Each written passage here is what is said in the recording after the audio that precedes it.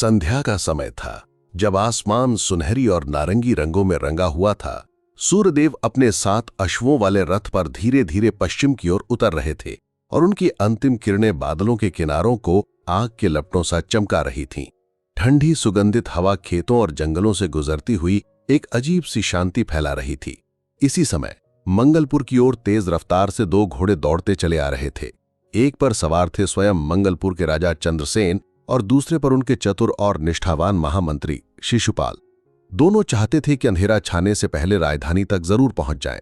चंद्रसेन का स्वभाव था कि वे अक्सर साधारण वेश में अपने राज्य का भ्रमण करते, प्रजा की हालत जानने के लिए सीधे गांव-गांव और गली-गली निकल पड़ते।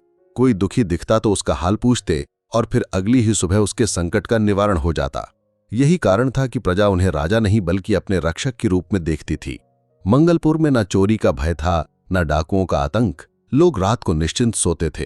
किंतु आज सुबह की खबर कुछ अलग ही थी। एक दूत घबराया हुआ आया और बोला, महाराज, उत्तरी सीमा के पास कुछ निर्दयी लुटेरे किसानों के पशु और अनाज छीन रहे हैं। ये सुनते ही चंद्रसेन ने देर ना की। फिर शिशुपाल और 10 सैनिकों के साथ वहां पहुंचे और ऐसे प्रहार किए कि लुटेरों के घमंड के परखच्चे उड़ गए। भयभीत होकर वे जंगल की अंधेरी राहों में भाग निकले। राजा ने घायल किसानों की देखभाल के लिए सैनिक वहीं छोड़ दिए और स्वयं मंत्री के साथ वापस राजधानी की ओर लौट चले। लेकिन इस बार उनकी आंखों में हल्की सी चिंता भी थी, मानो वे किसी अनदेखे तूफान के आने का आभास पा चुके हों। राजधानी से मात्र 5 मील दूर राजा चंद्रसेन और महामंत्री शिशुपाल के घोड़े हवा को चीरते हुए दौड़ रहे थे कि अचानक दोनों घोड़े हिनहिनाकर ठिठक गए, मानो सामने कोई अदृश्य दीवार खड़ी हो गई हो। अगले ही पल उनके पिछले पैर जमीन पर टिके रहे, जबकि आगे के पैर हवा में उठकर जोर से मिट्टी पर पटकने लगे। और तब राजा की पैनी निगाहों ने देखा कि राह के बीचों बीच एक विशालकाय नाग अपना फन फैलाए जमीन पर पड़ा है। वो मरा हुआ लग रहा था और उसके मुख से निकली एक चमकदार दिव्यमणि धूप में ऐसे चमक रही है मानो भीतर से प्रकाश फूट रहा हो। राजा के चेहरे पर दया उतर आई। अरे, नागलोक के वीर योद्धा की ऐसी दुर्गति! किस पापी ने इसका प्राण हर लिया? शिशुपाल ने भारी स्वर में सहमति जताई। महाराज, हमारे राज्य में ऐसा पाप पहले कभी नहीं हुआ। चंद्रसेन की भौवें सिकुड़ गईं। अब हम क्या करें? शिशुपाल ने तुरंत उत्तर दिया। महाराज, इसे जीवन दान दीजिए। आपको तो संजीवनी विद्या का वरदान प्राप्त है। यह अवसर है उस चमत्कार को साकार करने का। राजा कुछ क्षण मौन रहे, फिर संदेह भरे स्वर ने बोले, मगर यह विषधर है। लोग तो इसे मारना ही सही मानते हैं, फिर क्या इसे जीवित करना उचित होगा? शिशुपाल ने दृढ़ता से कहा। महाराज, स्वयं भगवान शंकर ने भी एक राक्षस को संजीवनी देकर पुनर्जीवित किया था। अच्छे के रूप में दिखने वाले कई बार छलिया और विश्वासघाती होते हैं, और जिन्हें हम बुरा मानते हैं उनमें भी कृतज्ञता और भलाई छिपी होती है। समय पर बुरे को जीवन दान देना भी महान पुण्य माना गया है। मेरी राय में आज आप अपने मंत्र का प्रयोग करें और देखिए, जब ये जीव फिर से श्वास लेगा तो आपके अपने मन को जो संतोष मिलेगा वो किसी विजय से कम नहीं होगा। मंत्री शिशुपाल के बार बार के आग्रह के आगे आखिरकार राजा चंद्रसेन भी मान गए। कुछ क्षण तक वे गहरी सोच में, फिर घोड़े से उतरकर धीरे धीरे मृत नाग के पास पहुंचे। उनके पीछे पीछे शिशुपाल भी आ खड़ा हुआ। राजा ने कुछ दूरी से संजीवनी मंत्र का जाप शुरू किया। उनकी आवाज गंभीर और धीमी लय में हवा में गूंज रही थी, पर बार बार के प्रयास के बावजूद नाग के निर्जीव शरीर में कोई हरकत नहीं हुई। मंत्र का असर न होने पर राजा के चेहरे पर आश्चर्य की रेखाएं उभर आई और भीतर ही भीतर उन पर खींच भी होने लगी। मेरा मंत्र काम क्यों नहीं कर रहा? आज ऐसा क्या विशेष है? उनके मन में निराशा उतर आई। तभी शिशुपाल बोला, महाराज, लगता है आपके गुरु ने आपको झूठा मंत्र दिया है। ऐसे गुरु पर क्या विश्वास? ये सुनकर राजा की भौवें तन गईं। नहीं शिशुपाल, मेरे गुरु और इस महामंत्र पर कभी संदेह मत करना, ये पाप है। शिशुपाल ने फिर तर्क दिया। तो और किस तरह मानूं? आप खुद देखिए, नाग अब तक जीवित नहीं हुआ। ये बात राजा को भीतर तक चुभ गई। मैंने ये काम स्वीकार किया है तो इसे अधूरा नहीं छोड़ूंगा। अगर संजीवनी का असर नहीं हुआ तो अब मैं शव प्रवेश मंत्र का प्रयोग करूंगा और तब तुम स्वयं देखोगे मेरे गुरु की शक्ति। शिशुपाल ने समझाने की कोशिश की। महाराज, रात हो रही है, इसे छोड़िए और चलिए। लेकिन राजा ने दृढ़ स्वर में कहा, नहीं, तुम बस मेरी देह संभालो, मैं अपनी आत्मा इस नाग देह में प्रवेश कराता हूं। जैसे ही ये चलने लगेगा मैं तुरंत अपनी आत्मा वापस अपने शरीर में ले आऊंगा। अनिच्छा से शिशुपाल ने सहमति दी। राजा ने आंखें मूंद कर पर शव प्रवेश मंत्र का जाप शुरू किया और कुछ ही देर में उनका अपना शरीर ढीला होकर निश्चल हो गया, मानो प्राण उसमें से निकल गए हों। उसी क्षण मृत नाग की देह में हरकत हुई। उसकी चमकदार आंखें खुलीं और अगले ही पल उसने तेजी से अपना फन ऊंचा उठा लिया। जैसे ही राजा की आत्मा नागदेह में प्रविष्ट हुई, उसी क्षण मंत्री शिशुपाल ने अपनी आत्मा राजा के शरीर में डाल दी और अपने ही शव को तलवार से कई टुकड़ों में काट डाला। अब स्थिति ये थी कि राजा की आत्मा विषधर नाग के शरीर में कैद थी और मंत्री की आत्मा राजा के शरीर में। राजदेहधारी मंत्री जोर जोर से हंस पड़ा। राजा, मैं बरसों से इसी घड़ी का इंतजार कर रहा था और आज मेरी वो मुराद पूरी हो गई। अब राज सिंहासन और वैभव का सुख मैं भोगूंगा और तू जा, जंगलों में या नागलोक में जो सुख मिले वही भोग। ये सुनते ही सर्पदेहधारी राजा ने क्रोध से फुफकार भरते हुए कहा, दुष्ट, तूने मेरे साथ छल किया है, पर याद रख, इस विश्वासघात का बदला मैं जरूर लूंगा। अपना शरीर मैं वापस पाऊंगा और देखता हूं तू कहां तक बचता है। शिशुपाल ने तलवार ताने हुए गुर्राकर चेतावनी दी, 1 इंच भी आगे बढ़ा या फन उठाया तो तेरी गर्दन उड़ा दूंगा। तुझे जीवन दान दे रहा हूं, इसे अपना सौभाग्य समझ और यहां से दफा हो जा। राजा क्रोध में फन पटक पटक कर जमीन को हिला देने लगा, पर शिशुपाल व्यंग से हंस पड़ा। तू सोचता था कि सिर्फ तुझे ही संजीवनी मंत्र आता है? यह तेरी भूल थी। जिस समय तू नाग पर वो मंत्र फूंक रहा था, मैं उसी पल उसका विपरीत मंत्र पढ़ रहा था, इसलिए तेरी सारी कोशिश बेकार गई। और यह भी समझ रखा था कि परशव प्रवेश का ज्ञान सिर्फ तुझे है, यह भी तेरी भारी भूल थी। जब तेरे गुरु अलकनंद तुझे ये विद्या सिखा रहे थे, तब मेरे पिता भी मुझे उसी गुप्त स्थान पर ले जाते थे। सो ये मंत्र भी मुझे उतनी ही गहराई से आता है जितना तुझे, बल्कि शायद तुझसे भी बेहतर, क्योंकि मंत्री पर सरस्वती की कृपा राजा से कहीं अधिक होती है। अब जा और अपनी जान बचाकर यहां से कहीं दूर भाग जा, नहीं अभी तेरे टुकड़े टुकड़े कर दूंगा। नागराज भीतर ही भीतर सोचने लगा कि इस कपटी के तलवार से कटकर मरने से तो कहीं अच्छा है कि किसी भी हाल में जिंदा रहा जाए, चाहे नागलोक में ही क्यों न जाना पड़े। यही सोचकर क्रोध में फन पटक पटक कर वो पास की घास में सड़क गया, पर जाते जाते उसकी आत्मा शिशुपाल को कोसते हुए गरजी, कपटी, नीच, इस दुष्ट कर्म का फल तुझे एक दिन भुगतना पड़ेगा। उधर राजा की देह में समाया मंत्री शिशुपाल घोड़े पर सवार राजधानी की ओर दौड़ रहा था। चेहरे पर विजय की चमक थी, मन में 1000 ख्वाब उमड़ रहे थे। राजा को अपने रास्ते से हमेशा के लिए हटाकर अब न कोई डर बचा, न कोई बाधा। अब वो जीवन भर सिंहासन और ऐश्वर्य का सुख भोगेगा। मंगलपुर का विशाल साम्राज्य उसकी मुट्ठी में होगा और एक एक प्रजा उसके इशारे पर नाचेगी। इन मीठी कल्पनाओं में डूबा वो खुद को मानो सारी पृथ्वी का स्वामी महसूस कर रहा था। घोड़े की रफ्तार बढ़ती जा रही थी, दूसरे घोड़े की लगाम भी उसने एक हाथ में थाम रखी थी। नीले आकाश में तारे चमक रहे थे, चारों ओर अंधेरा था और जंगल की साए साए के बीच उसे अपने ही दिल की धड़कन साफ सुनाई दे रही थी। कुछ ही देर में वो संगदिल मंत्री राजा का रूप धरकर राजधानी के फाटकों पर पहुंचा। तोपों की सलामी उठाकर सब रोकते हुए गंभीर स्वर में घोषणा की, आज बड़ी दुख की घड़ी है। मैं और मेरे प्रिय मंत्री शिशुपाल लुटेरों को खदेड़ते हुए लौट रहे थे कि खंडाले के घने जंगल में खूंखार शेर ने अचानक छलांग लगाकर शिशुपाल को मार डाला।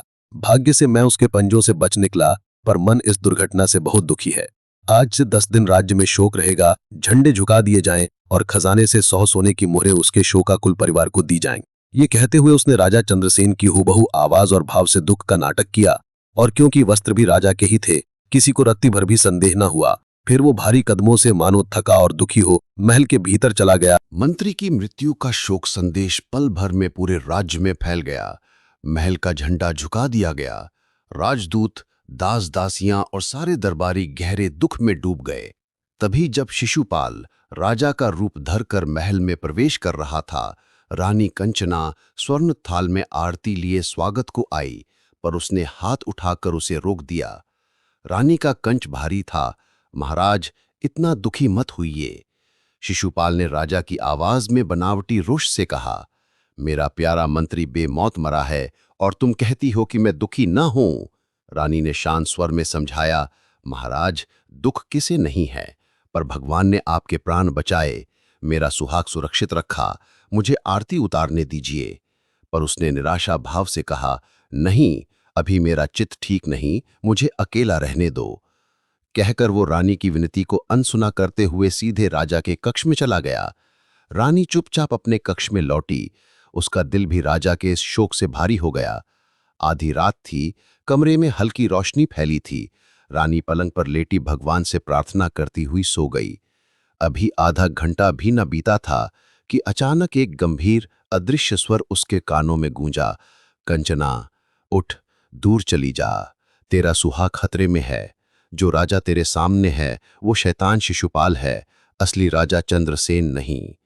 इस दुष्ट ने तेरे पति को धोखा देकर उसकी देह धारण की है। असली राजा इस समय सर्प के रूप में है और अदृश्य होकर तुझसे ये कह रहा है, समय आने पर सब प्रकट होगा। अभी तुरंत निकल जा और भगवान का नाम लेकर कहीं चली जा और तपस्या कर। रानी हड़बड़ाकर उठ बैठी, सारा शरीर पसीने से भीगा। आंखें कमरे में इधर उधर दौड़ाने लगीं, पर ना कोई दिखा, ना कोई आहट। दीपक वैसा ही जल रहा था, महल वैसा ही शांत था, पर उसके भीतर घबराहट और भय की लहर दौड़ गई। वो तुरंत उठी, पास के कमरे में गई और अपनी विश्वास पात्र दासी चंचला को जगाकर कान में कुछ कहा। दोनों ने चुपचाप जरूरी वस्त्राभूषण समेटे और भरी रात महल के पिछवाड़े के रास्ते से निकल पड़ी। चारों ओर काली रात का गहरा सन्नाटा पसरा था। पूरा राजमहल नींद में डूबा पड़ा था। बस कहीं दूर से किसी के खांसने की आवाज आई और फिर एक कुत्ते के भौंकने की, जिसने उस खामोशी को चीर दिया। आवाज सुनकर रानी कंचना और दासी चंचना सहम कर ठिठक गईं। फिर दबे पांव एक गुप्त रास्ते से निकलकर तेजी से जंगल की ओर बढ़ीं। वे चलती रहीं और चलते चलते सुबह हो गई। पूरब में हल्की लालिमा फैलने लगी। मुर्गे की बांग ने सुबह का ऐलान किया। एक नदी के किनारे वे रुकीं, ठंडे पानी से मुंह हाथ धोए, थोड़े फल खाए और गहरी सांस ली। वहां पर उन्होंने अपने वस्त्र और रूप बदल लिए और फिर झाड़ियों, गड्ढों, कंटीले रास्तों से गुजरती, गिरती पड़ती फिर आगे बढ़ने लगीं। जंगल में किसी भी कोने से जरा सी आहट आती तो वे किसी चट्टान या पेड़ के पीछे छिप जातीं और जब लगता खतरा टल गया तभी कदम बढ़ातीं।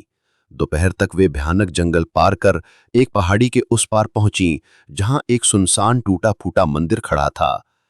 थकान से चूर वे मंदिर के भीतर जमीन पर लेट गईं और कुछ ही देर में गहरी नींद में डूब गईं। इधर महल में भोर होते ही हड़कंप मच गया। रानी कंचना गायब हो गई। दास दासियां घबराकर इधर उधर दौड़ने लगीं।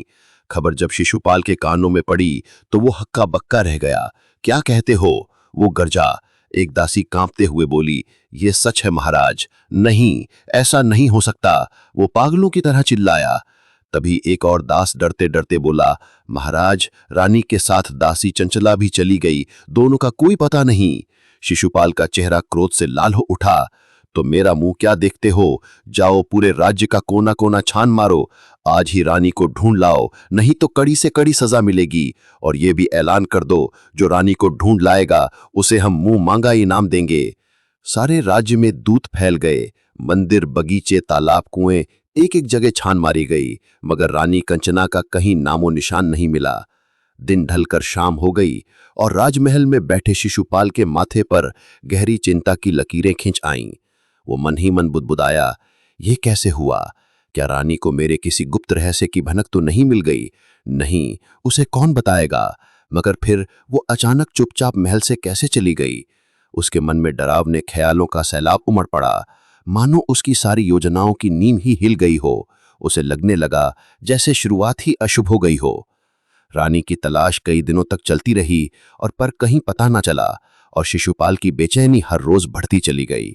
उधर दूसरी तरफ जंगल के उस सुनसान खंडहर में रानी कंचना और दासी चंचला गहरी नींद में थीं कि दोपहर में उनकी आंख खुली और जो देखा उससे सांसें थम सी गईं। वे दर्जनों नरभक्षियों से घिरी हुई थीं। उनके काले सलेटी चेहरे, लाल लाल आंखें, बिखरे बाल और होंठों पर भयानक मुस्कान देख वे सिहर गईं और अगले ही पल एक चीख के साथ बेहोश हो गई। चारों ओर ढोल, थाप और नाच गाने का शोर गूंज रहा था। गिरोह आज बेहद खुश था। आखिर बहुत समय बाद उन्हें इंसानी मांस का ताजा शिकार मिला था। सरदार ने आदेश दिया, इन्हें अड्डे पर ले चलो। भीड़ ने ताली बजाकर उछलकर उसका स्वागत किया। मदिरा से मतवाले चेहरे पर वहशी खुशी लिए सब इस सोच में मग्न थे कि जल्द ही ये शिकार देवी के सामने बलि चढ़ेगा। उस गिरोह का ये पुराना नियम था कि पहले कैदी को अच्छा खाना पीना देकर तंदुरुस्त किया जाता, फिर देवी के आगे उसकी बलि चढ़ाई जाती। देवी को थोड़ा प्रसाद चढ़ाकर बाकी का मांस पूरे दल में बांट दिया जाता था। इसलिए सरदार ने तुरंत पहरे कड़े करने, कुछ लोगों को उन पर निगाह रखने के लिए और बलि के दिन तक उन्हें खूब खिलाने पिलाने का हुक्म दे दिया। रानी कंचना के मन पर उस समय डर और दुख की गहरी छाया छा गई जब से उसने सरदार के उन नौकरों के मुंह से सुना कि वे उन दोनों को देवी के सामने बलि चढ़ाने वाले हैं। तभी से उसके भीतर बार बार यही विचार कौंध रहा था कि अब जीवन की अंतिम घड़ी पास आ गई है। उसे लग रहा था मानो किस्मत ने उसके साथ कोई क्रूर मजाक किया हो। राजमहल से निकलकर उसने अपने सुहाग की रक्षा करनी चाहिए और यहां आकर नरभक्षियों के घेरे में फंस गई। वाह रे भाग्य! कुएं से निकली, खाई में गिर पड़ी। हे भगवान, न जाने अब अपने पति से कब मिलन होगा। वे किस हाल में होंगे, क्या कर रहे होंगे, कहाँ होंगे। उधर नागदेहधारी राजा चंद्रसेन रात के सन्नाटे में अपना फन पटकता हुआ थके कदमों से चलते चलते जंगल के एक पुराने बरगद के नीचे घास पत्तों में दुबक कर बैठ गया। उसके दिल में कपटी मंत्री शिशुपाल के लिए क्रोध की ज्वाला भड़क रही थी, पर वह विवश था। सोचता कि जाकर उस दुष्ट को डंस ले, मगर फिर समझ आता कि ऐसा करने से शिशुपाल का शरीर तो नष्ट हो जाएगा, पर उसकी आत्मा विषधर देह में भी नहीं ठहरेगी और ना वह नीच की देह में लौट सकेगी। तब न वह सर्प रह पाएगा, न मनुष्य। ऊपर से यह भी ख्याल आया कि नागलोक का कोई भी प्राणी रात के अंधेरे में इस तरह चुपके से प्रहार करे, ये शोभा नहीं देता। लंबे विचार मंथन के बाद उसने ठान लिया, जो कुछ हुआ उसे भोगना ही होगा, मगर मेरी प्रिय कंचना, उसका क्या होगा। जैसे ही रानी की याद आई, उसकी आत्मा तड़प उठी और वह आधी रात को अपना सर्प शरीर छोड़कर अदृश्य रूप में रानी के पास जा पहुंचा। उसने जल्दबाजी में सब कुछ कहकर उसे सावधान किया ताकि वह तुरंत राजमहल छोड़कर अपने सुहाग की रक्षा कर सके। फिर वह लौटकर अपने नाग शरीर में समा गया और वहीं पत्तों में छिपकर बैठ गया। भूख से बदन कांप रहा था, पर उस गुप्त अंधेरे में कुछ करना मुमकिन न था। थोड़ी ही देर बाद पूरब की तरफ हल्की सी लाली फैलने लगी। बरगद के नीचे घास पत्तों की ढेरी में दुबका राजा चंद्रसेन धीरे धीरे सिर बाहर निकालकर चारों ओर देखने लगा। सारा जंगल धुंधलके में लिपटा था, चारों तरफ सन्नाटा, कोई भी शिकार नजर नहीं आया। भूख के बावजूद उसका मन इधर उधर भटककर खुराक खोजने को तैयार नहीं हुआ और वह फिर उसी पत्तों के ढेर में सिर छुपाकर निश्चल पड़ा रहा, जैसे हर पल उसके लिए किसी ऊंचे कठिन पहाड़ पर चढ़ने जैसा भारी हो। काफी देर बाद सूरज की सुनहरी किरणें टपकीं और ऊपर बरगद की डालियों पर बैठे पक्षी तरह तरह की बोलियों में चहकने लगे। राजा चंद्रसेन, जो हर पक्षी की भाषा भली भांति समझता था, उन आवाजों में जैसे कोई अपना कुछ सुना रहा हो। उसका मन हल्का हुआ, कान लगाकर सुनता रहा। तभी तोतों की कर्कश सी पर चहकते हुई आवाज आई। एक तोता बड़े उत्साह में कह रहा था, अरे भाई, चंद्रपुर के दयालु राजा शीलभद्र का क्या कहना। कल उनके राज्य में कितना धूमधाम से त्योहार मना, दान, महायज्ञ और हर जीव को भरपेट भोजन। हजारों पक्षी जमा हुए थे, हम भी वहीं से खा पी कर लौट रहे हैं। दूसरा तोता हैरानी से बोला, अच्छा? तो पहला फिर कह उठा, हाँ, पर दो तोते बड़े कपटी निकले, साथियों को छोड़ आगे निकल गए। हमने तय किया उन्हें सजा जरूर देंगे। एक ने माफी मांग ली, पर दूसरा अकड़ू खा तो हम सब उस पर टूट पड़े और उसकी हालत खराब कर दी। वह घायल होकर नीचे जा गिरा। ये सुनते ही एक तोता करुणा से भरकर बोला, अरे रे, ये क्या किया तुमने? ऐसा नहीं करना चाहिए था। अब बेचारा किस हाल में है, कहाँ पड़ा हुआ है? जवाब आया, खुद देख लो, वो सामने वाली डाल पर। और सबकी नजर उस ओर गई जहां एक घायल तोता बुरी तरह फड़फड़ा रहा था। पंख जगह जगह से टूटे और जो बचे खुचे पर थे उन पर लाल लाल खून के धब्बे चमक रहे थे, जैसे कभी भी वे डाल से छूटकर नीचे गिर पड़ेगा। अरे, ये तो सचमुच बहुत बुरी तरह घायल है, जैसे अपनी आखिरी सांसें गिन रहा हो, एक तोते ने करुणा से कहा। लेकिन पहला तोता हल्की सी हंसी में बोला, तो डर किस बात का? नीचे शिकारी का जाल बिछा है, देखो अभी ये जाल इसे अपनी गोद में समेट लेगा। इसे अब और कष्ट नहीं उठाना पड़ेगा, शिकारी खुद ताक में बैठा है। शिकारी का नाम सुनते ही बाकी तोते जैसे ठिठक गए, मानो मौत को अपने सामने देख लिया हो, और सब ने चुपचाप अपने चेहरे पंखों में छुपा लिए। बरगद के नीचे घास में दुबके सर्प देहधारी राजा ने ये सब सुन रहा था। धीरे धीरे अपना फन उठाया, डाल की ओर देखा और मन में एक लपलपाती भूख भरी सोच चमकी, वाह, क्या बढ़िया भोजन मिल गया। पर अगले ही पल एक और विचार बिजली सा कौंधा, क्यों ना इस नागशव को छोड़कर इस घायल तोते के शरीर में अपनी आत्मा डाल दूं? और उसने वैसा ही किया, अपनी आत्मा नाग के निर्जीव शरीर से निकालकर मरते हुए तोते में डाल दी। अगले ही क्षण नाग वहीं निष्प्राण पड़ा रह गया और घायल तोता अचानक जिंदा हो गया। लेकिन डाल से फड़फड़ाता हुआ नीचे गिरा और शिकारी के जाल में फंस गया। पंख बेतहाशा मारते हुए निकलने की कोशिश करता, पर पंजे उलझ चुके थे और जाल जोर जोर से हिल रहा था। इस बड़े सुंदर तोते को देख शिकारी की आंखें चमक उठीं। मन ही मन बोला, वाह, आज तो बढ़िया शिकार मिला, घर वाली भी खुश हो जाएगी। वह फुर्ती से जाल समेटने लगा। तभी उसकी नजर पास पड़े उस भयानक मृत भुजंग पर पड़ी। उसकी रीढ़ में ठंडी लहर दौड़ गई। जल्दी से जाल कंधे पटाला और भाग खड़ा हुआ, मानो सांप अब भी उसके पीछे आ रहा हो। बहुत दूर रुककर उसने सांस संभाली, हाँफते हुए पीछे देखा, फिर भी दिल की धड़कन थमी नहीं। घर पहुंचते ही उसने जाल एक और पटक दिया। भीतर फड़फड़ाते तोते को देख उसकी पत्नी की आंखें चमक उठीं। उसने फुर्ती से जाल खोलकर उसे पिंजरे में डाल दिया। शिकारी ने राहत की सांस लेते हुए कहा, मैंने रात को ही जाल बिछाया था। सुबह धुंधलके में थोड़ी दूर पर नजर पड़ी तो एक भयानक सांप दिखा। भगवान ने ही बचाया, वरना आज जिंदा घर न लौटता। ये सुनकर उसकी पत्नी का रंग उड़ गया। उसकी सांस जैसे बीच में ही अटक गई हो। फिर मैंने आव देखा न ताव, शिकारी ने गहरी सांस लेते हुए कहा। जल्दी जल्दी जाल खोला और तोते समेत जैसे तैसे कंधे पर डाल भाग खड़ा हुआ। आज भी वो पल याद आता है तो रोंगटे खड़े हो जाते हैं। उसकी बात सुन पत्नी ने सिहरते हुए कहा, रोंगटे खड़े होने की तो बात ही है, मेरा तो सांप देखते ही दम निकल जाए। कुछ क्षण चुप रहने के बाद उसकी निगाह पिंजरे की ओर गई। तोता काफी बड़ा और लंबा है, आज तो मजा आ जाएगा। 1 घंटे बाद पत्थर पर छुरी घिसने की आवाज घर में गूंज रही थी। शिकारी चाकू की धार तेज कर रहा था। जैसे ही उसने पिंजरे में हाथ डालकर तोते को पकड़ना चाहा, तोता अचानक जोर जोर से चीख पड़ा, मुझे मत मारो, पहले मेरे जख्मों पर दवाई लगाओ, मैं तुम्हें माला माल कर दूंगा। शिकारी का हाथ हवा में ही थम गया। उसने अपने जीवन में कभी किसी तोते को इतनी साफ मानवीय आवाज में बोलते नहीं सुना था। उसकी आंखें फैल गईं, सांस थम सी गई और अगले ही पल वो पिंजरे का दरवाजा झट से बंद कर दौड़ते हुए अपनी पत्नी के पास पहुंचा, तोते की बात सुनाते हुए। पत्नी ने विस्मय से उछलते हुए कहा, सच? उसने कहा कि हमें मालामाल कर देगा? उसकी आंखों में अचानक चमक आ गई। शिकारी ने सिर हिलाकर हामी भरी और पत्नी खुशी से झूमने लगी। शिकारी बुदबुदाया, ये कोई पूर्व जन्म का पहुंचा हुआ ज्ञानी या पंडित होगा, शायद किसी के शाप से ये पक्षी बना है। पत्नी ने गहरी सोच में डूबकर कहा, हाँ, जरूर इसमें कोई रहस्य है। शिकारी ने ठान लिया, हमें इसे नहीं मारना चाहिए।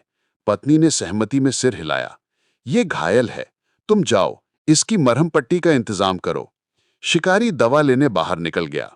एक दिन, फिर दूसरे दिन, हर सुबह शाम वो तोते के जख्मों पर लेप करता और पत्नी उसे बड़े प्यार से दाना पानी देती, समय पर खिलाती, उससे बातें करती। 8वें दिन तक तोते के पंखों में फिर से जान लौट आई और वो पूरी तरह स्वस्थ हो गया। एक दिन धूप की सुनहरी किरणें कुटिया की दीवारों पर उतर रही थीं, तभी शिकारी ने पिंजरे के पास बैठकर धीमे स्वर में पूछा, भाई, तुम बिल्कुल इंसानों की तरह बातें करते हो, मगर हो तो तोते के शरीर में, आखिर तुम हो कौन?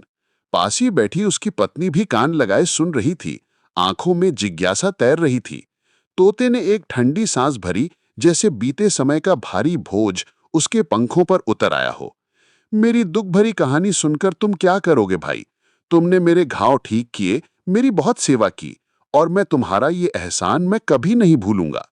इतना कहकर वो चुप हो गया, पर शिकारी फिर बोला, कुछ तो बताओ, अगर हमसे बन पड़ा तो शायद तुम्हारी मदद कर सके। तोते की नजरें गहरी हो गईं। नहीं भाई, मेरे दुख मुझे ही भोगने होंगे, जब तक भाग्य में ये लिखा है कोई मदद नहीं कर सकता, लेकिन एक दिन इन दुखों का अंत जरूर होगा। शिकारी आगे झुककर बोला, कैसे दुख? आखिर कौन से दुख? तब जैसे पिंजरे की सलाखों के बीच से अतीत की परतें खुलने लगीं। तोते की देह से राजा चंद्रसेन की आवाज गूंजी और उसने अपना सारा राज बयां कर दिया। शिकारी और उसकी पत्नी विस्मय से जड़ हो गए, आंखें फटी की फटी। फिर हाथ जोड़कर बोले, महाराज, ये तो एक गरीब की कुटिया है, हमें खेद है कि आपको ऐसे दिन देखने पड़े, बताइए हम क्या कर सकते हैं? तोते की आंखों में हल्की नमी और मुस्कान एक साथ चमक उठी। मुझे यहाँ कोई दुख नहीं, मैं यहाँ खुश हूं, लेकिन अगर तुम मुझे इसी पिंजरे में चंद्रपुर के महाराज के पास ले चलो तो विश्वास करो, जैसे ही मैं फिर राजा बनूंगा तुम्हें जागीर बख्शूंगा और अपने ही राज्य में आराम से रखूंगा। शिकारी ने दृढ़ता से कहा, ठीक है महाराज, आपकी ये इच्छा मैं अवश्य पूरी करूंगा। कल सुबह ही हम चंद्रपुर के लिए निकलेंगे और शाम तक वहां पहुंच जाएंगे। और कुछ? तोता हल्के से सिर झुकाकर बोला, बस फिलहाल इतना ही। दूसरे दिन वो शिकारी तोते को लेकर निकल पड़ा। धूल भरी राहों पर दिन भर चलते चलते जब सूरज ढलने लगा, शिकारी आखिरकार चंद्रपुर आ पहुंचा। उसके हाथ में लटकते पिंजरे में तोता हिल रहा था और वो महल के पास पहुंचते ही ऊंची आवाज में पुकारने लगा, देखो देखो, एक निराला तोता, इसके मुंह से सुनो लड़ाई झगड़ों का न्याय, बड़ा पुराना पंडित ज्ञानी, कीमत सिर्फ 10 सोने के सिक्के। आवाज सुनते ही आसपास के लोग ठिठक कर जमा होने लगे। हर कोई पिंजरे में झांककर हैरान, अरे ऐसा कैसा तोता जो इंसानों के झगड़े सुलझा दे। यही कौतूहल हवा की तरह फैलते फैलते राजा शीलभद्र के कानों तक पहुंचा। राजा ने फौरन सिपाही भेजकर शिकारी को दरबार बुला लिया। पिंजरा सामने रख हाथ जोड़कर शिकारी खड़ा हो गया। राजा ने पूछा, सुना है तुम्हारा तोता फैसले करता है?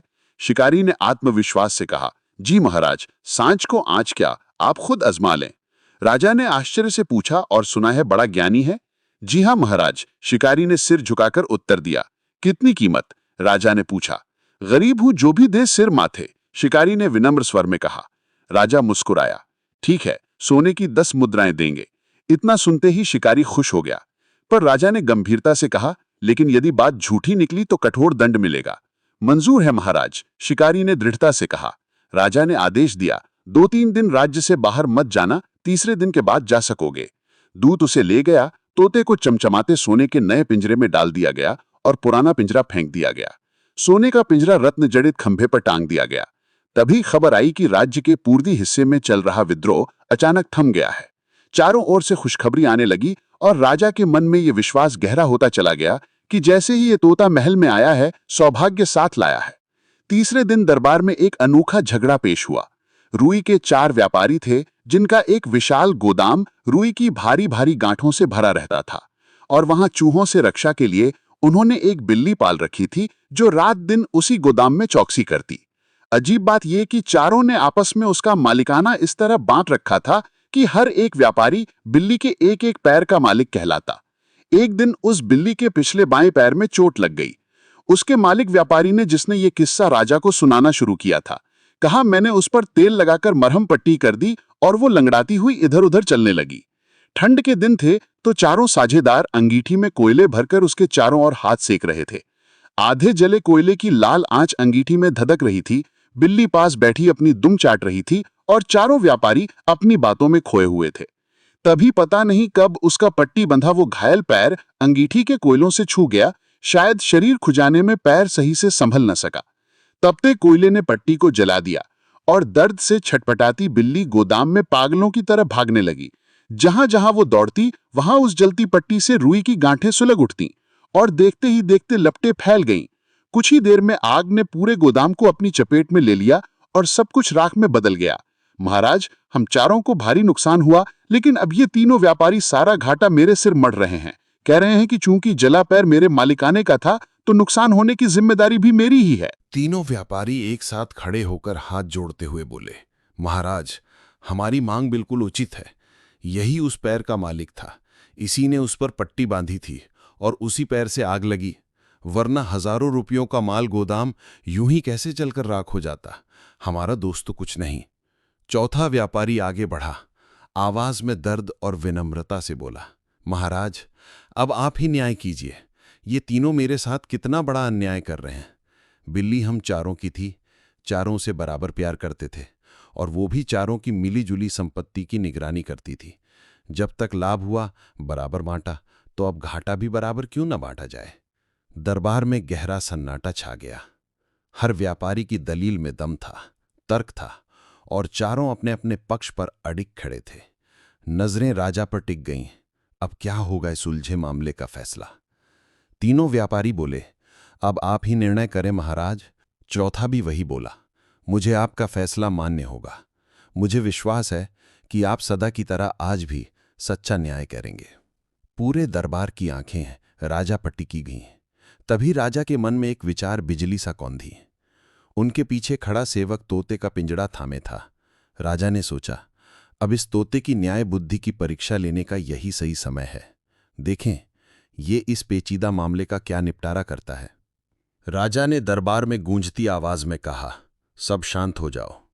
आज मेरी जगह मेरा ये प्यारा तोता शुकदेव इस विवाद का न्याय करेगा और चारों व्यापारी व पूरा दरबार इसे मानेगा। इसका फैसला ही मेरा फैसला माना जाएगा। इतना कहकर राजा की नजरें शुकदेव यानी तोते पर टिक गईं। नौकर पिंजड़ा उठाए आगे आया और उसे ऊंचा कर दिया ताकि पूरा दरबार शुकदेव को साफ देख सके। सभा में बैठे हर शख्स की सांस थम गई। सब फैसले की प्रतीक्षा में थे। शुकदेव ने अपनी चमकती आंखों से चारों व्यापारियों को देखा और शांत ठहरी हुई आवाज में बोला, जब तक बिल्ली अंगीठी के पास थी उसकी जलती हुई पट्टी से रुई की गांठों को कोई नुकसान नहीं पहुंचा, लेकिन जैसे ही बिल्ली रुई की गांठों के पास पहुंची वही पट्टी विनाश का कारण बन गई। वह थोड़ी देर रुका, मानो सबके मन में सवाल बो रहा हो, फिर आगे कहा, तो सोचने की बात है, बिल्ली को रुई की गांठों के पास कौन ले गया? चोट खाई हुई और जलते हुए पैर से तो वो कुछ दूर भी मुश्किल से चल सकती थी। फिर उसे वहां तक किसने पहुंचाया? जरा ध्यान से सोचिए। दरबार में सन्नाटा छा गया। सब एक दूसरे का चेहरा देखने लगे। फिर धीरे धीरे खुसुर फुसुर की आवाज उठने लगी। शुकदेव ने फिर ठहर कर कहा, मुझे यकीन है अब आप समझ गए होंगे। बिल्ली को पूरे गोदाम में घुमाने वाले उसके 3 स्वस्थ पैर ही थे। वही उसे यहां से वहां और वहां से यहां ले गए। तो साफ है, गोदाम के जलने का कारण वो जख्मी पैर नहीं, बल्कि बाकी के 3 सही सलामत पैर हैं। इसलिए चौथे व्यापारी पर अकेले पूरे नुकसान का बोझ डालना न्याय नहीं होगा। फैसला सुनते ही दरबार में जैसे खुशी की लहर सी दौड़ गई। हर ओर से एक ही स्वर गूंज रहा था, वाह कितना सच्चा न्याय हुआ है। राजा शीलभद्र के चेहरे पर संतोष की चमक थी। सभा बर्खास्त हुई और लोग अपनी अपनी राह निकल पड़े। दोपहर की सुनहरी धूप में महल के मध्य आंगन में सोने के पिंजड़े में शुकदेव अपने रत्न जड़ित खंबे से लटका हल्की हल्की पंख झपकाता बैठा था। राजा और मंत्री पास ही गद्दों पर टिके उसकी बुद्धिमत्ता की चर्चा कर रहे थे कि अचानक राजा ने मुस्कुराते हुए पूछा, शुकदेव, तू सचमुच मेरा भाग्य है। जब से तू आया है मेरे राज्य में सुख शांति का वास हो गया है। बता, तू पूर्व जन्म में कौन था और तुझे ये दिव्य ज्ञान कैसे मिला? मैं ये जानने को व्याकुल हूं। ये सुनते ही शुकदेव की आंखों में नमी तैर आई। 2 बूंदे पिंजड़े के सुनहरे फर्श पर टपकी और उसने अपनी पूरी कहानी सुनानी शुरू कर दी। बात खत्म होते ही राजा शीलभद्र का चेहरा दर्द से कस गया। हाय रे भाग्य, आज एक राजा दूसरे राजा के यहां पिंजड़े में बंद है। शुकदेव ने लंबी थकी हुई सांस लेकर कहा, महाराज, ये सब भाग्य का खेल है। राजा ने गंभीर स्वर में उत्तर दिया, राजा चंद्रसेन, हमें आपके हाल का गहरा दुख है, लेकिन हम कर ही क्या सकते हैं। शुकदेव ने हल्की मुस्कान के साथ कहा, आपका मेरे प्रति दिया गया प्रेम ही मेरे लिए बहुत है, और कुछ नहीं चाहिए। बस मेरी रानी कंचना चाहिए। अगर आप मुझे उससे मिला दें तो समझूंगा मैंने धरती का सारा सुख पा लिया। राजा ने आश्वासन भरे स्वर में कहा, चिंता मत करो, मैं आज ही अपने दूतों को रवाना करता हूं। तोता अपनी रानी कंचना से मिलने की आस में जैसे पंखों पर सवार हो गया। उसके मन में तरह तरह के सपनों की चहचहाट गूंजने लगी। कितने दिनों से उसने अपनी रानी का चेहरा नहीं देखा था। न जाने वो अब कहाँ होगी, किस हालत में होगी, क्या सोच रही होगी। ये ख्याल आते ही उसके दिल में एक मीठी कसक के साथ साथ एक तीखी आग भी भड़क उठी। शिशुपाल, वही दुष्ट मंत्री जिसने कपट और चालाकी से उसे और उसकी रानी को नदी के 2 किनारों की तरह अलग कर दिया था। तोते ने मन ही मन कस्में खा ली, वो शिशुपाल से एक एक बात का हिसाब लेगा। उसी शाम राजा के तेज तर्रार दूत चारों दिशाओं में रानी कंचना की खोज में निकल पड़े। कोई पहाड़ों की पगडंडियों पर चढ़ता, कोई जंगल की घनी पत्तियों के बीच रास्ता बनाता, कोई नगर की भीड़ में सुराग ढूंढता। उसी दिन राजा ने प्रसन्न होकर शिकारी को एक बड़ी जागीर बख्श दी और अपने राज्य में बसने के लिए जगह दे दी। शिकारी की खुशी का ठिकाना न रहा। तोते ने सच कहा था कि वो उसे मालामाल कर देगा, और सचमुच उसने कर दिया। वो अपनी पत्नी को बुला लाया और दोनों चंद्रपुर में सुख शांति से बस गए। उधर राजा के दूत अपनी खोज में पसीना बहाते, थकते, फिर भी रुकते नहीं। पहाड़, जंगल, शहर, हर जगह रानी कंचना की तलाश में बिखर गए। हर ओर सरगर्मी से रानी की तलाश हो रही थी। इसी बीच दूर एक भयानक जगह पर नरभक्षी उत्सव सा मना रहे थे। आज उनके लिए बड़ा दिन था, क्योंकि आज देवी के सामने एक नहीं बल्कि 2 बलि चढ़ने वाली थीं। ऐसा पहले कभी नहीं हुआ था, इसलिए वे इस दिन को भाग्यशाली मानकर फूलों, गाजे बाजे और शोर शराबे के साथ मना रहे थे। रानी कंचना और उनकी दासी चंचला को गुफा से बाहर लाया गया, फूलों से सजाया गया और ढोल नगाड़ों की गूंज के बीच देवी के मंदिर में ले जाया गया। दोनों का डर से बुरा हाल था। आंखों के सामने मौत खड़ी दिखाई दे रही थी और उनके मन में बस भगवान से जीवनदान की मूक प्रार्थना थी। नरभक्षी चारों ओर से घेर कर पागलों की तरह नाचते गाते रहे और जब थक गए तो उन्हें एक ऊंची टोकरी पर बैठा दिया ताकि देवी का ये प्रसाद सब देख सकें। अब उनकी परंपरा के अनुसार तीरों से शरीर को बेधकर बलि देने की तैयारी शुरू हो गई। अंतिम नृत्य फिर से आरंभ हुआ। ढोल की थाप तेज हुई और जैसे ही वो थमा, सरदार आगे बढ़ा, तीर कमान उठाया, धनुष ताना और तीर छोड़ने को तैयार हो गया। रानी कंचना और दासी चंचला आंखें मूंदे ईश्वर से प्रार्थना कर रही थी कि तभी मानो आसमान से किसी अदृश्य वरदान ने दस्तक दी। आकाश को चीरता हुआ एक विशाल भयंकर गिद्ध बिजली सी तेजी से नीचे आया और एक ही झपट्टे में दोनों को अपने शक्तिशाली पंजों में जकड़कर हवा में ले उड़ा। ये सब इतने अचानक हुआ कि सरदार और सारे नरभक्षी हक्के बक्के रह गए। उनके चेहरे पर भय उतर आया। अरे, माता की बलि छीन ले गया। ये सोचकर वे तितर बितर हो भागे और अपने अपने अंधेरे गुफाओं में छिप गए, मानो देवी के कोप से बच सकेंगे। गिद्ध लंबे सफर के बाद एक सुनसान टापू पर उतरा। उसने पंजे ढीले किए और रानी व दासी, जो अब तक डर और थकान से बेहोश हो चुकी थीं, जमीन पर निश्चल पड़ी रहीं। गिद्ध ने अपनी टेढ़ी चोंच से उन्हें सूंघा, फिर आसमान की ओर गूंजती हुई चीखें भरने लगा। ये उसकी मादा को बुलाने का इशारा था, मानो कह रहा हो, देखो आज मैं कितना बढ़िया भोजन लेकर आया हूं। लेकिन मादा तो कहीं दूर शिकार की तलाश में निकली थी। समय बीतता गया, इंतजार लंबा होता गया और नर के मन में चिंता घर करने लगी। कहीं वो किसी मुसीबत में तो नहीं फंस गई। बेचैनी इस कदर बढ़ी कि अंततः वो रानी और दासी को उसी टापू पर छोड़कर अपनी साथी की खोज में फिर से पंख फैलाकर उड़ चला। टापू के किनारे का समुद्र उस समय बिल्कुल शांत था। लहरें धीमे धीमे किनारे को छूकर वापस लौट रही थीं, मानो गहरी सांसें ले रही हों। लगभग 1 घंटे बाद रानी कंचना और दासी चंचला की पलकों में हलचल हुई। होश लौटते ही वो घबराकर झटके से उठ बैठीं।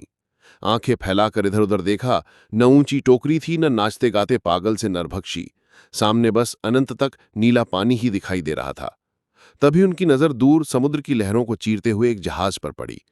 वे चुपचाप टकटकी बांधी उसे देखती रहीं, जैसे उम्मीद की किरण धीरे धीरे करीब आ रही हो। जहाज जब थोड़ा नजदीक आया तो दोनों ने अपनी साड़ियों के पल्लू हवा में ऊंचा लहराना शुरू किया। पल्लू हवा में फड़फड़ाते रहे ताकि जहाज पर बैठे लोग उन्हें देख सकें और मदद को आ सकें। थोड़ी देर बाद कप्तान की निगाह उन पर पड़ी। उसने फौरन आदेश दिया, जहाज से बंधी एक छोटी नाव खोली गई और नाविक तेजी से उनकी ओर बढ़े। नाव किनारे पहुंची तो दोनों तुरंत उसमें बैठ गईं और यूं वे जहाज तक आ पहुंची। कप्तान ने पूछताछ की तो उन्होंने पूरे हादसे की कहानी सुनाई। कप्तान दयालु था, उसने उन्हें ढांढस बंधाया, भोजन कराया और पेट भरने के बाद थकान से चूर रानी और दासी गहरी मीठी नींद में डूब गईं। सामान से लदा जहाज शांत लहरों को चीरता हुआ चंद्रपुर की ओर बढ़ रहा था। गहरी नींद के बाद जब रानी कंचना और दासी चंचला की आंखें खुलीं तो दोनों के मन में अनगिनत सवाल उमड़ने लगे। अब वे कहां पहुंचेंगी, किस हाल में रहेंगी, भाग्य उन्हें कहां से कहां ले आया, कितनी बार मौत की छाया से बचीं और आगे भाग्य में क्या लिखा है कौन जाने। रानी का मन अचानक राजा की ओर चला गया। न जाने वो किस हालत में होंगे, उन पर क्या बीत रही होगी, सोचते ही आंखें भर आईं। दासी ने उनके आंसू पोंछते हुए धीरे से कहा, आपने अब तक हिम्मत रखी है रानी साहिबा, बस थोड़ी हिम्मत और चाहिए। मेरा विश्वास है कि भगवान की कृपा ऐसे ही बनी रहेगी और वो हमारे सारे दुख हर लेगा। रानी ने आंसुओं में भीगी आवाज में उत्तर दिया, वो सब ठीक है चंचला, पर दुख की भी एक सीमा होती है ना। न जाने मैंने कौन से पाप किए थे जो ये दिन देखने पड़े। चंचला ने दिलासा देते हुए कहा, आप भगवान पर भरोसा रखिए, जिसने आप पर ये मुसीबतें डाली हैं उसे ईश्वर अवश्य दंड देगा, आप निर्दोष हैं। रानी ने सिर झुका लिया, आवाज भर्रा गई, चंचला, अब राजा का वियोग मुझसे सहा नहीं जाता। उनकी याद से मेरा मन जैसे फटने को है। और इतना कहकर वे फिर सिसकियों में डूब गईं। जिस तरह भगवान ने अब तक हमारी रक्षा की है, उसी तरह वे राजा की भी रक्षा कर रहे होंगे। आप रोइए मत रानी साहिबा, मुझसे आपका दुख नहीं देखा जाता। कहते कहते चंचला ने अपना चेहरा दोनों हाथों में छिपा लिया। रानी ने उसे स्नेह से अपने सीने से लगा लिया। धीरे धीरे उनकी सिसकियां थम गई। अगले दिन सुबह सुनहरी धूप में नहाया जहाज चंद्रपुर की राजधानी के तट पर आ लगा। कप्तान ने रानी और दासी को साथ लिया और सीधे राजा शीलभद्र के दरबार में पहुंचा, जहां राजसी आभा से चमकता सिंहासन और चारों ओर जुटी उत्सुक प्रजा थी।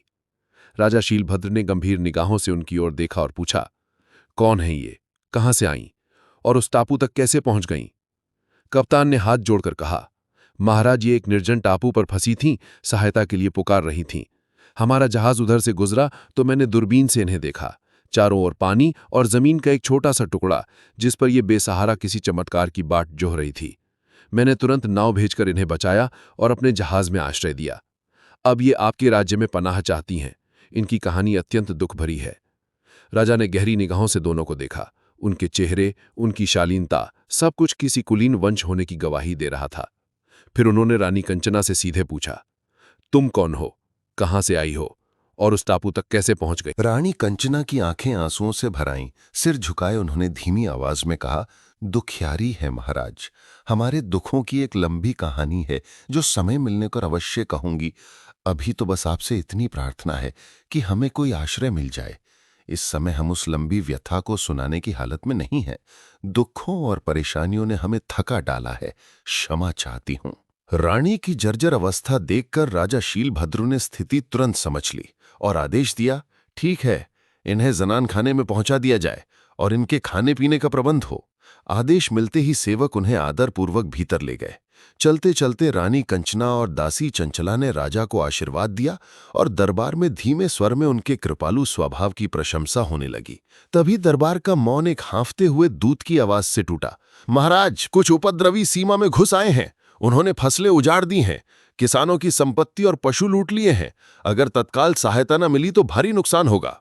ये सुनते ही राजा का चेहरा क्रोध से लाल हो उठा। उसकी मुट्ठियां भींच गईं और गूंजती आवाज में बोला, मेरे राज्य में ये साहस, दिन दहाड़े घुसकर गरीबों को लूटना। सेनाध्यक्ष को कहो तुरंत सहायता भेजे और उन उपद्रवियों को जिंदा पकड़कर मेरे सामने पेश करे। उन्हें कठोर दंड दिया जाएगा। इतना कहकर राजा चिंतित भाव से आसन से उठ खड़ा हुआ और उसके साथ दरबारी भी चल पड़े। जब वो अपने कक्ष में पहुंचे तो सोने के पिंजरे में बैठे सुखदेव ने उनकी मुद्रा देखकर पूछा, महाराज, कुशल तो है? आज आपको चिंतित दिख रहे हैं। राजा ने गंभीर स्वर में सुखदेव से कहा, कुछ समझ में नहीं आता। अभी थोड़ी देर पहले ही मैंने 2 बेसहारा स्त्रियों को अपने यहां आश्रय दिया था और उसके तुरंत बाद ही ये मुसीबत की खबर आ गई। मुझे तो लक्षण कुछ अच्छे नहीं लग रहे, जैसे वे दोनों अपने साथ साथ हमारे लिए भी कोई विपत्ति ले आई हों। ये कहकर वो बेचौन कदमों से कक्ष में इधर उधर टहलने लगे। सुखदेव उनकी चिंता भरी चाल और भौहों की सिलवटें देखता रहा, लेकिन चुप रहा। सिर्फ इतना बोला, महाराज, व्यर्थ में चिंता मत कीजिए। कोई किसी के लिए मुसीबत नहीं लाता। होनी को कौन टाल सकता है? राजा ने कोई उत्तर नहीं दिया, जैसे ये शब्द उनके मन में उतर ही न पाए हों, और उसी तरह चिंता में डूबे टहलते रहे। 2-3 दिन बीत गए। इस बीच रानी कंचना ने राजा को अर्ज भेजी, महाराज, आपने विपत्ति में हमें आश्रय दिया, ये हम कभी नहीं भूलेंगे, पर हमें हाथ पर हाथ धरे बैठकर आपकी मेहरबानी खाना शोभा नहीं देता। कृपया हमें कोई भी सेवा दे दी जाए, महल में जैसी भी जरूरत हो। ये सुनकर राजा का माथा पहले तो हल्का सा सिकुड़ा, लेकिन अगले ही पल उन्हें ध्यान आया कि ये अच्छा अवसर है दासी गोमती को विदा करने का। वो चोर प्रवृत्ति की थी और नजर बचते ही वस्तुएं गायब करने से नहीं चूकती थी। राजकुमारी अरुणा भी उसकी हरकतों से तंग आ चुकी थी। राजा ने तुरंत निर्णय लिया, रानी कंचना को राजकुमारी की देखभाल की जिम्मेदारी सौंप दी जाए और गोमती को नौकरी से हटा दिया जाए। गोमती को जैसे ही नौकरी से हटाया गया, उसके भीतर जलन की आग भड़क उठी। मन ही मन वो बड़बड़ाई, न ये यहां आती, न मुझे ये दिन देखना पड़ता। और उसी पल से उसने रानी कंचना से बदला लेने की योजना बनानी शुरू कर दी। एक दिन रानी कंचना हमेशा की तरह चुपचाप उदास और सोच में डूबी बैठी थी। तभी राजकुमारी अरुणा ने उसकी ओर देखते हुए कहा, क्या बात है दासी, तुम तो कभी हंसती बोलती ही नहीं। चलो आज बाग में चलते हैं, कई दिनों से मैं भी नहीं निकली। रानी कंचना मन न होते हुए भी उसके साथ बाग की ओर चल दी। उधर गोमती, जो ऐसे मौके की ताक में थी, उन्हें बाग में टहलते देख फौरन महल की ओर लपकी। द्वारपाल ने रोका तो उसने कहा, राजा से बहुत जरूरी अर्ज करनी है। इजाजत मिलते ही वो दबे पांव राजकुमारी के कक्ष में घुस गई और वहां से रत्न जड़ित कंगन चुराकर महल से निकल भागी। इधर जब बाग से लौटकर अरुणा ने अपने कक्ष में कदम रखा तो देखा कंगन गायब। महल में हड़कंप मच गया। दास दासियां भागदौड़ में लग गए। खबर राजा तक पहुंची और देखते देखते शक की उंगली रानी कंचना पर उठी। उन्हें याद आया, इनके आने के साथ ही पहले उपद्रवियों का समाचार मिला था और अब ये चोरी। राजा का माथा तन गया। पैर पटकते हुए उन्होंने आदेश दिया, इन दोनों स्त्रियों को फौरन महल से निकाल दो, मैं इनकी सूरत तक नहीं देखना चाहता। आदेश मिलते ही पहरेदारों ने रानी कंचना और चंचला को धकेलते हुए महल से बाहर कर दिया। अपमान और पीड़ा से रानी कंचना का सीना जैसे फटने लग गया। अपमान और दुख से भरी हुई आंखों में आंसुओं के साथ रानी कंचना और उसकी दासी चंचला उसी सुनसान रास्ते पर लौट रही थीं जिस पर कुछ दिन पहले उम्मीद की किरण लेकर आई थीं और अब सिर्फ दर्द और बेइज्जती का बोझ उठाई जा रही थीं। उधर उनके महल से निकलने के कुछ देर बाद राजा शीलभद्र के सामने एक दूत आया। चेहरे पर खुशी और आवाज में उत्साह। महाराज, उपद्रव समाप्त कर दिया गया है और आपकी आज्ञा के अनुसार उपद्रवियों को कैद भी कर लिया गया है। राजा के चेहरे पर संतोष की चमक फैल ही रही थी कि तभी खबर आई, द्वारपाल के भेजे आदमियों ने गोमती को चुराए गए रत्न जड़ित कंगन के साथ पकड़ लिया है और उसे राजा के सामने लाया जा रहा है। सच्चाई सुनती ही राजा का मन जैसे धक से रह गया। असली चोर तो वही थी। उन्होंने तुरंत आदेश दिया कि रानी कंचना और चंचला को खोजकर वापस लाया जाए, चाहे वे कितनी भी दूर निकल गई हों। नौकर दौड़े, जंगल बीहड़ों से गुजरे और घंटों की भाग दौड़ के बाद दोनों को ढूंढकर राजमहल ले आए। जैसे ही रानी कंचना ने अपनी दासी के साथ महल के उस कक्ष में कदम रखा, राजा आगे बढ़े, नजरें झुकाए, पश्चाताप से कहा, मैं अत्यंत लज्जित हूं। व्यर्थ ही तुम्हें दोषी ठहराया, तुम्हें ठेस पहुंचाई। तुम्हारे इस अपमान के लिए मुझे क्षमा करें। उनकी बात सुनते ही रानी कंचना की आंखों से आंसुओं की झड़ी फूट पड़ी। उसी पल शुकदेव की नजर उस पर पड़ी। उसका हृदय जैसे भीतर से चित्कार उठा, आंखें भर आईं और पिंजरे में कैद उसका छोटा सा शरीर बाहर निकलने को तड़प उठा। जोर जोर से उसकी चीखों की गूंज पूरे कक्ष में फैल गई और वो बार बार तीलियों पर अपनी चोंच मारने लगा। एकाएक राजा शीलभद्र और रानी कंचना की नजर पिंजरे की ओर गई। अंदर बैठे शुकदेव की आंखों से आंसू बह रहे थे। राजा के चेहरे पर आश्चर्य और बेचैनी सी छा गई। वे आगे बढ़े, पिंजरे पर हाथ रखते हुए बड़े स्नेह से बोले, क्या बात है शुकदेव, आज इन आंखों में ये नमी क्यों? तुम्हारे चेहरे पर घबराहट क्यों? शुकदेव ने भर्राई आवाज में कहा, महाराज, यही मेरी रानी कंचना है। कैसा विचित्र संयोग है, आज मेरे लिए सबसे बड़ा सुख का दिन है। ये सुनते ही राजा जैसे ठिठक गए। उनकी आंखें शुकदेव और रानी कंचना के बीच बार बार घूमने लगीं। रानी की आंखें पिंजरे पर टिकी थीं, होंठ अनायास ही कांप उठे। आप यहां और इस रूप में? मैंने तो स्वप्न में भी नहीं सोचा था कि आपसे इस तरह मिलन होगा। आंसू पहुंचते हुए कंचना आगे बढ़ी, राजकुमार चंद्रसेन को नमस्कार किया और भावुक स्वर में बोली, स्वामी, आपसे मिलने के लिए हम अब तक भटकते रहे, आकाश पाताल एक कर दिया, भाग्य का खेल भी खूब देखा, दर दर की ठोकरें खाईं और अब तो निराशा बस गई थी। पर वाह रे भाग्य, आपसे मिलन बदा था और आज वो पूर्ण हो गया। इससे बड़ा सुख और क्या होगा? कहते कहते उसका गला भर आया। राजा शीलभद्र के सामने जैसे सच का पर्दा हट गया। अब उन्हें पता चला कि जो स्त्री उनके यहाँ दासी बनकर रह रही थी वो वास्तव में एक रानी है। ये सच्चाई जानकर वो पानी पानी हो गए। उसी दिन शुकदेव का पिंजरा राजा के कक्ष से उठाकर रानी के कक्ष में रख दिया गया। रात देर तक चंद्रसेन और रानी कंचना के बीच बातचीत होती रही। वे एक दूसरे को अपने बिछड़े दिनों के किस्से सुनाते, फिर साथ बैठकर सोचते कि आगे क्या किया जाए। पर कोई रास्ता नहीं दिखाई दे रहा था कि उस दुष्ट शिशुपाल से कैसे बदला लिया जाए। कुछ दिन इसी उधेड़बुन में बीत गए। तभी राजा शीलभद्र की बेटी राजकुमारी अरुणा देवी के स्वयंवर की तैयारियां पूरे राज्य में धूमधाम से शुरू हो गईं। दास दासियां, सैनिक, मंत्री सभी अपने अपने काम में व्यस्त। दीवारों पर रंग बिरंगे पर्दे, फर्श पर फूलों की खुशबू बिखरी हुई। हर कोना मेहमानों के स्वागत के लिए दमक रहा था। रानी कंचना जानती थीं कि दूर दूर के राजा और राजकुमार यहाँ आएंगे और एक दिन शुकदेव से धीरे से बोलीं, मेरा मन कहता है वो दुष्ट शिशुपाल भी आएगा। शुकदेव ने संदेह से कहा, हो सकता है, लेकिन जरूरी नहीं। कंचना की आंखों में एक योजना चमक उठी। नहीं, उसका आना जरूरी है, वरना मेरा सोच रखा काम अधूरा रह जाएगा। मैं चाहती हूँ कि इस स्वयंवर में राजकुमारी अरुणा केवल उसी को वरमाला पहनाए जो संजीवनी मंत्र जानता हो। अगर ये बात राजा शीलभद्र की ओर से पूरे राज्य में घोषित हो तो मेरा विश्वास है शिशुपाल जरूर आएगा, क्योंकि उसे ये विद्या आती है। अब तुम्हें राजा को इसके लिए राजी करना होगा। शुकदेव भले पूरी बात ना समझ पाया पर बोला, मैं पूरी कोशिश करूंगा।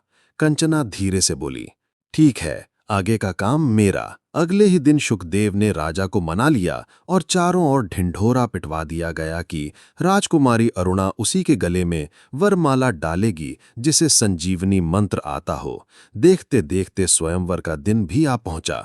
मंडप में दूर दूर से आए राजा, महाराजा और राजकुमार अपने अपने आसनों पर बैठे।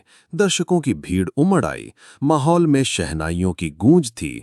बस राजकुमारी का आना बाकी था। तभी मंडप के बाहर अचानक हलचल मच गई। तेज आवाजें, धक्का मुक्की और किसी के चीखने चिल्लाने की आवाजें सुनाई दे रही थीं। राजा शीलभद्र की निगाहें अचानक मंडप के द्वार पर पड़ीं तो देखा कि एक शिकारी एक कुत्ते की रस्सी थामे चला आ रहा था और उसके पीछे एक किसान स्त्री जिसके हाथ में निर्जीव मरी हुई एक मुर्गी थी। राजा की कड़क आवाज गूंजी, ये क्या तमाशा है? कौन हो तुम और क्या चाहते हो? किसान स्त्री ने मरी मुर्गी फर्श पर रखी, दोनों हाथ जोड़कर बोली, गलती माफ हो सरकार, एक फरियाद लेकर आई हूं। राजा की भौहें तन गईं। ये फरियाद का वक्त नहीं। राजकुमारी के विवाह में बाधा डालने की जुर्रत कैसे की? जानती हो इसकी सजा क्या है? स्त्री ने कांपती आवाज में कहा, महाराज, इस शिकारी के कुत्ते ने मेरी मुर्गी को मार डाला। मैं इंसाफ चाहती हूँ। ये विवाह का शुभ दिन है, पर मेरे लिए खून खराबे का दिन बन गया। राजा ने संयम साधते हुए कहा, क्या चाहती हो? साफ साफ बोलो। वो लगभग रो पड़ी। मुझे मेरी मुर्गी चाहिए महाराज, ये मेरे कलीजे का टुकड़ा थी, मेरे बाप की दी हुई निशानी। राजा तिलमिला उठे, अरे मरी हुई मुर्गी जिंदा कैसे हो सकती है? लेकिन वो अड़ी रही। मुझे बस अपनी मुर्गी चाहिए, यही भीख मांगती हूं। मुझे यकीन है आपके दरबार से खाली नहीं लौटूंगी। राजा उलझन में थे, जबकि सभा की आंखें उनके होठों पर टिकी थीं। तभी उनके मन में एक बिजली सी कौंधी। आज के स्वयंवर की वही शर्त, संजीवनी विद्या जानने वाला कोई भी राजा या राजकुमार इस मुर्गी को जिंदा कर सकता है। उनके चेहरे पर हल्की मुस्कान तैर गई। ठीक उसी क्षण राजकुमारी अरुणा अपनी सहेलियों संग हाथ में वरमाला थामे मंडप में प्रविष्ट हुईं। राजा ने खड़े होकर ऊंची आवाज में ऐलान किया, जो इस मुर्गी को अपनी संजीवनी विद्या से जीवन देगा, उसी के गले में हमारी राजकुमारी अरुणा देवी वरमाला डालेगी। दरबार में जैसे हवा थम सी गई हो जब मंत्री शिशुपाल धीरे धीरे अपने आसन से उठा और सबके बीच आकर संजीवनी मंत्र का जाप शुरू कर दिया। पिंजरे में कैद शुकदेव ये दृश्य ध्यान से देख रहा था और जैसे ही मंत्रोच्चारण की गूंज मंडप में फैली, उसने उसी मंत्र का उल्टा पाठ शुरू कर दिया। तत्काल असर हुआ। शिशुपाल जितना भी जोर लगाता, मंत्र निष्फल हो जाता और उसकी बेकाबू हालत पर पूरी सभा ठहाके लगाती। शर्म और क्रोध से भरे शिशुपाल ने ऐलान किया, मैं इस मुर्गी को जरूर जीवित कर सकता हूं, पर अकेले कमरे में मंत्र जाप करूंगा। राजा शीलभद्र ने इजाजत दी और थोड़ी ही देर में वो बंद कमरे में दरवाजे बंद कर तेज स्वर में मंत्र गूंजाने लगा। बाहर सबकी नजरें उस दरवाजे पर टिकी थीं और तभी मरी हुई मुर्गी ने धीरे धीरे अपने पंख फड़फड़ाने शुरू कर दिए। मंडप में तालियों की गूंज फैल गई, पर उसी पल शुकदेव ने पर शव प्रवेश मंत्र का जाप आरंभ कर दिया। शिशुपाल की आत्मा मुर्गी में समाने लगी और शुकदेव की आत्मा शिशुपाल यानी अपने पुराने शरीर में प्रवेश कर गई। अब बंद कमरे में पड़ा था शिशुपाल का निर्जीव शरीर, पिंजरे में निष्प्राण शुकदेव का रूप और मंडप में खड़ी थी वो जिंदा मुर्गी जिसमें अब शिशुपाल की आत्मा प्रवेश कर गई थी। दरवाजा खुला और शिशुपाल के स्थान पर खड़े राजा चंद्रसेन बाहर आए। उनकी आंखों में विजयी चमक, होठों पर मुस्कान। मुर्गी की ओर देखकर बोले, क्यों शिशुपाल, कैसी रही? और इसके साथ ही उनका अट्टहास मंडप की दीवारों से टकराकर गूंज उठा। मुर्गी के रूप में फंसा शिशुपाल खिसियाकर फड़फड़ाते पंखों के बीच बोला, अच्छा तो तू था, तू ही मेरे संजीवनी मंत्र को उलट रहा था और तूने ही परशव प्रवेश मंत्र का जाप करके मेरा ये हाल कर डाला। तभी सबकी आंखों के सामने किसान स्त्री और शिकारी के रूप बदलने लगे और वे अपने असली रूप में प्रकट हो गए। वे थी रानी कंचना और उनकी दासी चंचला। राजा शीलभद्र राजा चंद्रसेन को उनके असली रूप में देखकर अत्यंत प्रसन्न हुए और बिना देर किए मुर्गी में कैद दुष्ट मंत्री को मृत्यु दंड दिया गया। महल में उत्सव का वातावरण छा गया और राजा चंद्रसेन व रानी कंचना का भरपूर सम्मान और सत्कार किया गया।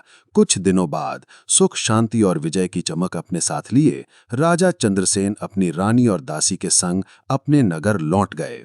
तो दोस्तों, अगर ये कहानी आपको अच्छी लगी हो तो इसे शेयर करना ना भूलें और ऐसे ही दिल को छू लेने वाली कहानियों के लिए हमारे चैनल को सब्सक्राइब कीजिए। अगली बार फिर मिलेंगे एक नई यात्रा, एक नए किरदार और एक नई सच्चाई के साथ। तब तक के लिए अपना और अपनों का ख्याल रखिए। जय श्री कृष्णा। राधे राधे।